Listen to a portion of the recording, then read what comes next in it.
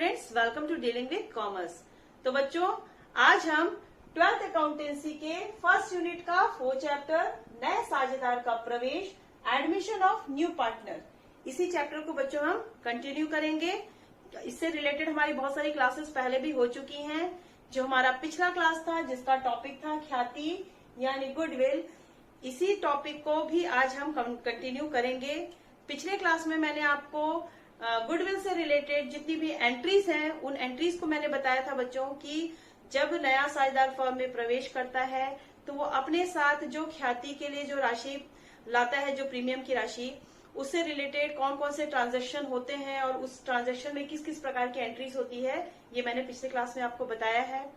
कुछ एंट्रीज से रिलेटेड हमने क्वेश्चन भी सॉल्व किए हैं पिछले क्लास में, लेकिन कुछ एंट्रीज जो है हमारी वो बच गई थी, जिससे रिलेटेड जो है आज हम क्वेश्चंस बनाएंगे और उन एंट्रीज को भी अब आज हम क्लियर कर लेंगे।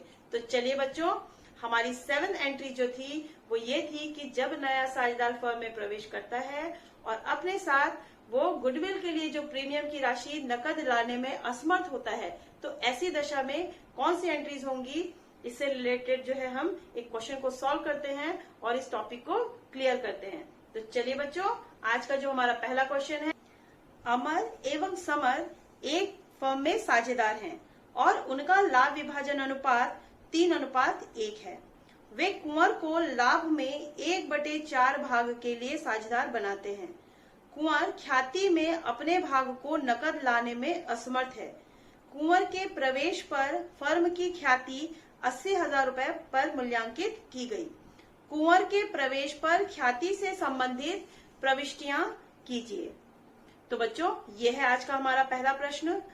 इस प्रश्न में जो दिया है कि जो नया साझेदार कुंवर है, जब वो फर्म में आता है तो वो अपने साथ प्रीमियम की जो राशि है वो लाने में असमर्थ होता है। तो हम क्या करते हैं जब नया साझेदार फर्म में प्रीमियम की राशि नहीं ला पाता? क्या पुराने साझेदार को प्रीमियम की राशि नहीं दी जाती? दी जाती है बच्चों। ये हमने पहले ही मैंने आपको पिछले वीडियोस में बताया था कि जब वो रकम नकद नहीं ला पाता तो उसके पूंजी में से उस रकम को, मतलब उसके गुडविल की राशि को निकालकर पुराने साझेदारों में बांट दिया जाता है। तो बच्चों, यहाँ पर भी हम वही करेंगे। सबसे पहले प्रश्न के अनुसार फर्म की जो मूल्यांकित गुडविल है वो दी गई है, उसमें से हम पहले निकालेंगे कुंवर का हिस्सा और उसके हिस्से को निकालकर उस राशि को हम उसके पूंजी में से यहाँ पर निकाल लेंगे। तो बच्चों, ऐसे में हमारी एंट्रीज होती है, नए साझेदार का पूंजी खाता जो है वो डेबिट हो जाता है और पुराने साझेदारों के पूंजी खाता से क्रेडिट हो जाता है। तो चलिए इस प्रश्न को सॉल्व करते हैं। बच्चों, यहाँ पर सबसे पहले मैंने एक वर्किंग नोट बना ली है प्रश्न के अनुसार कि ओल्ड रेशियो जो है, हमारा पुराना रेशियो अमर और समर का प्रश्न में दिया है 3:1। और बच्चों, नया साझेदार कुंवर जो है वो फर्म में प्रवेश करता है और कुंवर जब फर्म में प्रवेश करता है तो वो 1/4 भाग के लिए फर्म में प्रवेश करता है। अब प्रश्न में दिया है कि फर्म की जो गुडविल है वो 80,000 रुपए पर मूल्यांकित की गई है। इतना जो है हमारे प्रश्न में दिया हुआ है।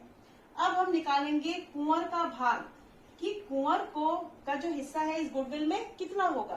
तो कुंवर का भाग 1/4 है, तो 80,000 का हम निकालेंगे 1/4।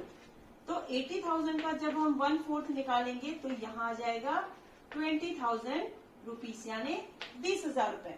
तो कुंवर की जो गुडविल हुई वो 20,000 रुपए हुई, मतलब 20,000 रुपए कुंवर को फर्म में लेकर आने थे जो वह नकद नहीं ला पाया। तो बच्चों, चलिए अब इसकी एंट्री हम कैसे करेंगे। अगर वो नकद नहीं ला पाया तो उसको हम उसकी पूंजी में से निकालेंगे। तो हमारी फर्स्ट एंट्री ये होगी बच्चों, कुंवर, नया साझेदार कौन है? कुंवर्स कैपिटल अकाउंट हो जाएगा यहाँ पर डेबिट, कितने हजार? 20,000। और पुराने साझेदार कौन कौन है? अमर और समर। तो 2 Amar's capital account, 2 Samar's capital account.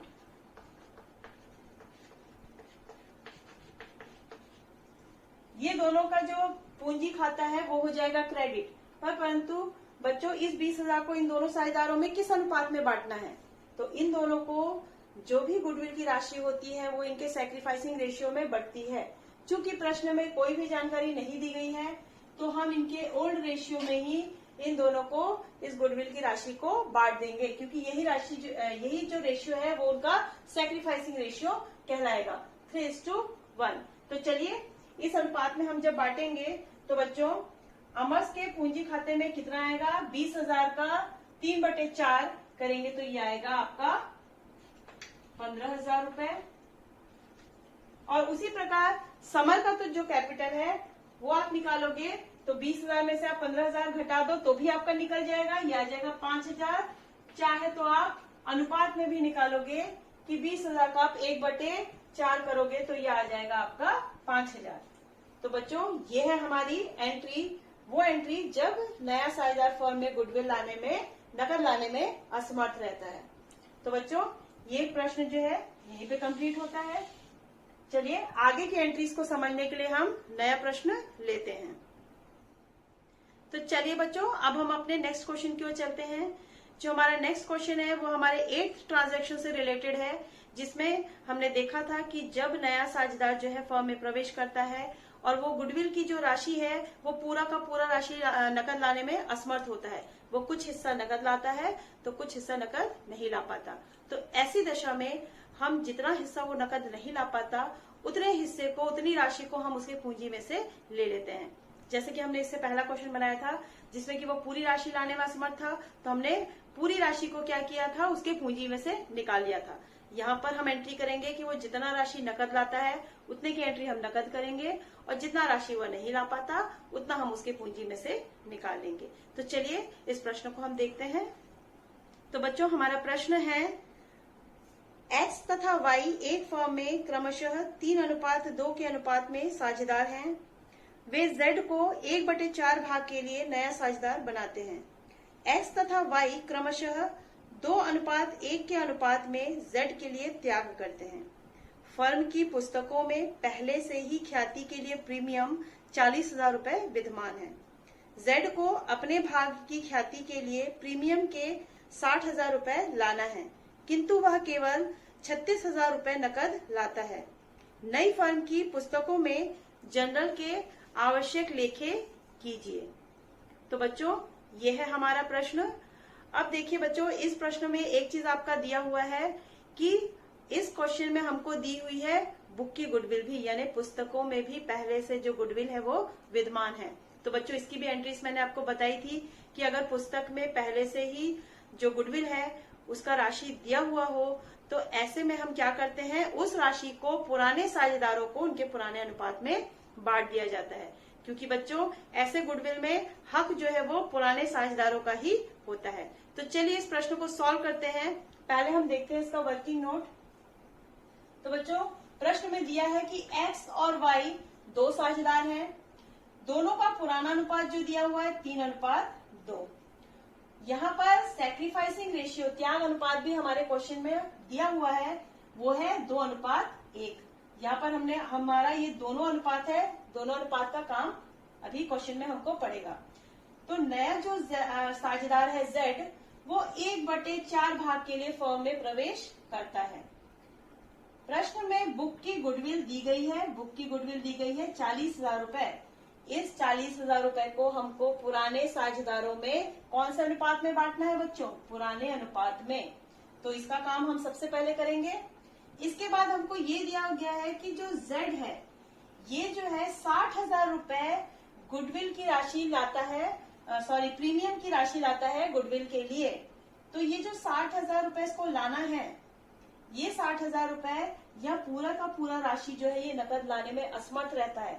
ये कुछ हिस्सा नकद ला पाता है, कुछ हिस्सा कितना, 36,000 रुपए। ये 36,000 रुपए लाता है कैश और बचा 24,000 रुपए ये नहीं ला पाता। तो ये जो बचा 24,000 है जो ये नहीं ला पाता, ये हम निकाल लेते हैं इनकी पूंजी से। हम Z की पूंजी से 24,000 को निकाल लेंगे। तो बच्चों ये है हमारा वर्किंग नोट जो हमने प्रश्न के आधार पर बनाया है। चलिए अब हम प्रश्न को सॉल्व करते हैं।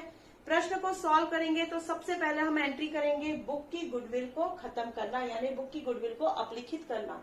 तो बच्चों जब बुक की गुडविल को हम अपलिखित करते हैं तो हमारी एंट्री क्या होती है, हमारी एंट्री होती है पुराने साझेदारों का पूंजी खाता हो जाता है डेबिट और ख्याति खाता से हो जाता है हमारा क्रेडिट। आइए चलिए, पहला एंट्री है x capital account. X capital account हो जाएगा आपका debit and vice capital account हो जाएगा आपका डेबिट। तो ये दोनों पुराने साझेदार है, इनका अकाउंट आप कर दोगे डेबिट और जो आपका गुडविल अकाउंट है वो हो जाएगा आपका क्रेडिट। तो टू गुडविल अकाउंट, तो ख्याति खाता से आपका क्रेडिट हो गया। तो जो पुराना बुक की जो हमारी गुडविल है वो 40,000 रुपए, 40,000 रुपीज। बच्चों इस 40,000 रुपीज को हमको डिस्ट्रीब्यूट करना है ये दोनों साझेदारों में, पुराने साझेदारों में। तो वो हो जाएगा हमारा ओल्ड रेशियो में, यानी 3:2, 3:2। इस रेशियो में हम इन दोनों में जो है पुराना जो उनका गुडविल है उसको हम बांट देंगे और इसे कर देंगे अपलिखित। तो 3:2 में इसे बांटेंगे बच्चों। तो एक्स के कैपिटल में आएगा 24,000 यानी 24,000 और वाइस के कैपिटल में आएगा 16,000 यानी 16,000 रुपए। तो बच्चों ये हो गई हमारी पहली एंट्री, यहीं पे खत्म। हमने बुक की गुडविल को क्या कर दी, बुक की गुडविल को हमने अपलिखित कर दी। किस अनुपात में, ओल्ड रेशियो में। हमेशा याद रखना जो पुराना जो ख्याति जो बुक में ऑलरेडी पहले से रहता है उस ख्याति को हम ओल्ड रेशियो में ही अपलिखित करते हैं।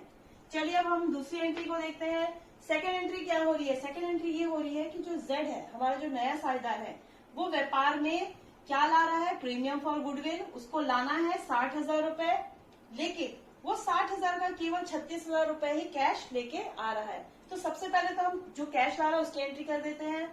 तो व्यापार में आया क्या, व्यापार में आया कैश, तो कैश अकाउंट हो गया हमारा डेबिट। कितना कैश आया बच्चों, 36,000 रुपए ला पा रहा है, 36,000। सेकंड है कि क्रेडिट क्या होगा, तो क्रेडिट होगा premium for goodwill, to premium for goodwill. तो प्रीमियम फॉर गुडविल अकाउंट हो जाएगा हमारा क्रेडिट, कितना, 36,000 रुपए। ये 36,000 रुपए वो किस रूप में लाया, वो प्रीमियम फॉर गुडविल के लिए लाया। तो बच्चों ये हो गया हमारा दूसरा एंट्री। अब चलिए हम तीसरी एंट्री करेंगे जिसमें हमको दोनों जो पुराने साझेदार हैं उनको क्या करना है, सैक्रिफाइसिंग रेशियो में इस 60,000 को, इस प्रीमियम फॉर गुडविल की राशि को करना है डिस्ट्रीब्यूट। तो चलिए तो देखते हैं अब हमारी थर्ड एंट्री। थर्ड एंट्री में बच्चों हमको क्या करना है, प्रीमियम फॉर गुडविल अकाउंट हो जाएगा हमारा यहाँ पर debit, premium for goodwill account ये हो जाएगा डेबिट। और कौन सी राशि आ जाएगी, जो उसने कैश में लाई। कितनी राशि लाई कैश में, 36,000। अब बच्चों जितनी वो नहीं ला पा रहा है, कितनी, 24,000 रुपए यानी 24,000 रुपीज वो नहीं ला पा रहा है। तो ये निकाल लेंगे हम उसके कैपिटल में से, जेड्स कैपिटल अकाउंट डेबिट। तो कितना था, 60,000 जिसमें से 36,000 वो ला पाया, तो कितना नहीं ला पाया, 24,000 रुपए वो नहीं ला पाया। तो इस 24,000 रुपए को हम कहाँ से निकालिए, उसके कैपिटल में से। अब बच्चों क्या होगा, अब हमको इस 60,000 की राशि को करना है डिस्ट्रीब्यूट एक्स एंड वाई में। कौन सा अनुपात में, सैक्रिफाइसिंग रेशियो यानी 2:1 में। तो चलिए इसको हम कर देते हैं यहाँ पर डिस्ट्रीब्यूट। तो ये हो जाएगा 2x capital account and 2y capital account. तो बच्चों ये दोनों साझेदारों को मिल जाएगा ये कौन सा अनुपात में, 2:1 में। तो 60,000 को आप 2:1 में बांटोगे तो x को मिल जाएगा 40,000 रुपीज और y को मिल जाएगा आपका 20,000 रुपीज। तो बच्चों इस प्रकार ये जो हमारा क्वेश्चन है वो यहीं पर सॉल्व होता है। तो इसमें जब भी आप इस राशि को, मतलब गुडविल की राशि को डिस्ट्रीब्यूट करोगे तो हमेशा उसको आप सैक्रिफाइसिंग रेशियो में ही डिस्ट्रीब्यूट करोगे। तो बच्चों चलिए अब हम लास्ट के 2 ट्रांजैक्शन को जान लेते हैं। जो हमारा लास्ट का 2 ट्रांजैक्शन है उसमें से जो नवा ट्रांजैक्शन है वो ये था कि जब कभी साझेदार, जो नया साझेदार है, ख्याति की राशि को नहीं ला पाता तो उस ख्याति की राशि को साझेदार के ऋण खाते में समायोजित कर दिया जाता है। तो जब ख्याति की राशि को साझेदार के ऋण खाते में समायोजित कर दिया जाता है तो क्या एंट्री होती है? तब हमारी एंट्री होती है कि नए साझेदार का ऋण खाता हो जाता है डेबिट और पुराने साझेदारों के पूंजी खाते से हो जाता है क्रेडिट। तो बच्चों, इससे रिलेटेड जो है क्वेश्चन कहीं पुस्तकों में नहीं दिया गया है, तो चलिए मैं एक एग्जांपल से आपको इसको समझा देती हूँ। फॉर एग्जांपल, ए और बी दो साझेदार हैं, उनका पुराना अनुपात 2:3 है। अब साझेदार सी जो है वो फर्म में प्रवेश करता है और यह जो है ख्याति की राशि लाने में असमर्थ होता है। इसका जो गुडविल है वो हो रहा है 20,000। इसको कितना गुडविल लाना है? 20,000 की गुडविल जो है वो सी जो है वो व्यापार में फर्म में लेकर आएगा, परंतु यह रकम नहीं ला पा रहा है। तो हम क्या करेंगे? यहाँ पर फर्म ने यह निश्चय किया कि ये जो 20,000 की राशि है ये सी के जो है ऋण खाते में समायोजित कर दी जाए, क्योंकि जब तक सी जो है वो पैसा नहीं देगा तब तक वो व्यापार के लिए या फर्म के लिए क्या हो गया? ऋणी हो गया। तो चलिए हम इसकी एंट्री कैसे करेंगे?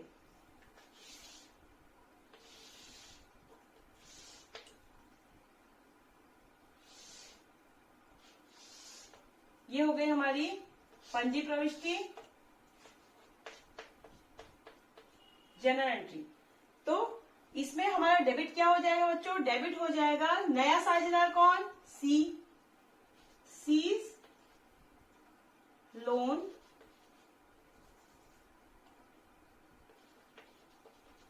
Account debit.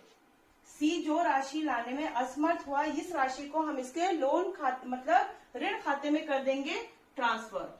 तो यहाँ हो जाएगा 20,000 जिस राशि को लाने में असमर्थ रहा। अब ये क्रेडिट क्या हो जाएगा? To A's capital account